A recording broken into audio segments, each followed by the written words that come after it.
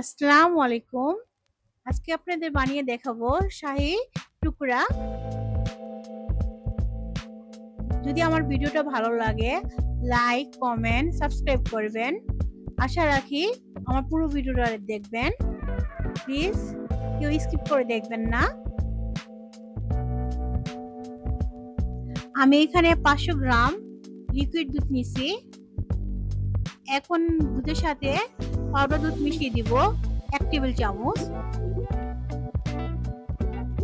এখন আমি দিয়ে দিব হাফ টেবিল চামচ আইসিং সুগার। আপনারা চাইলে আইসিং সুগারের বদলে নরমাল চিনিটাও দিতে পারেন। এখন আমি কাস্টার্ড পাউডার দিয়ে দিব 1 টেবিল চামচের একটু কম। সামান্য একটু কর্নফ্লাওয়ার দিয়ে দিব একটু ঘনত্বটার জন্য। খেয়াল রাখবেন জমাট যেন না বাঁধে, তাড়াতাড়ি করে নেড়ে দিবেন। তারপর ভালো করে একসাথে সবগুলো মিশ্রণটি মিশিয়ে নেবেন। আমি দুধটা চুলার মধ্যে বসিয়ে দিব, অনবরত নাড়তে থাকবো। খেয়াল রাখবেন জানি জমাট না বাঁধে।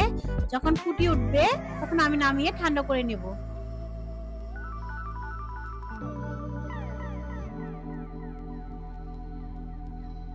এখন আমি পাউরুটিগুলো 4 টুকরো করে কেটে নেব, স্লাইস করে স্কোয়ার শেপ করে।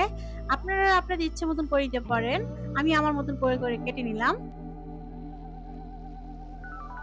ভিডিওটা দেখে বুঝে নেন আমার দুধের ঘনত্বটা কেমন হয়েছে। আমার দুধের ঘনত্ব মিশ্রণটা হয়ে গেছে। আমি এখন চুলা থেকে নামিয়ে ঠান্ডা করে নিব।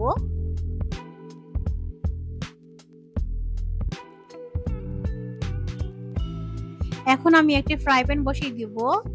2 টেবিল চামচ ঘি, অল্প পরিমাণে একটু সয়াবিন তেল দিয়ে দিব তেলটা গরম হওয়ার জন্য।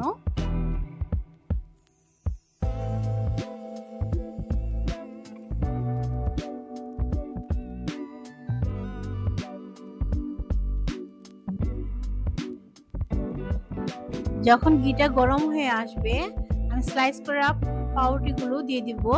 খেয়াল রাখবেন একটা জিনিস, ঘিটা যেন বেশি গরম না হয়ে যায়, তাহলে পুড়ে যাবে। মিডিয়াম টু হাইটে রান্না করবেন।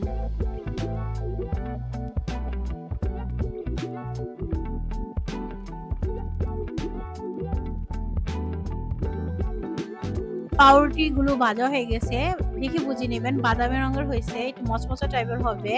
আমার এখানে ঘি লাগছে 3 টেবিল চামচ। আমি অফ ক্যামেরা তো ঘি দিছি। ভালো করে ভেজে নামিয়ে নেব। এখন পরিবেশন করব। আমি পরিবেশনের জন্য আমি একটা ডিশ নিয়ে নিছি। পাউরুটি স্লাইস গুলো এখন ভালো করে সাজিয়ে নেব। আপনারা আপনাদের ইচ্ছে মতন সাজিয়ে নেবেন।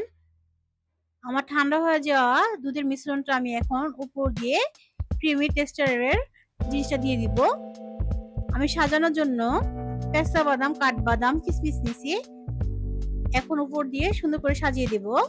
ভিডিওটা দেখে বুঝে নেবেন। যদি ভালো লাগে লাইক, কমেন্ট, সাবস্ক্রাইব করবেন। পুরো ভিডিওটা দেখে যাবেন। ধন্যবাদ সবাইকে। আসসালামু আলাইকুম।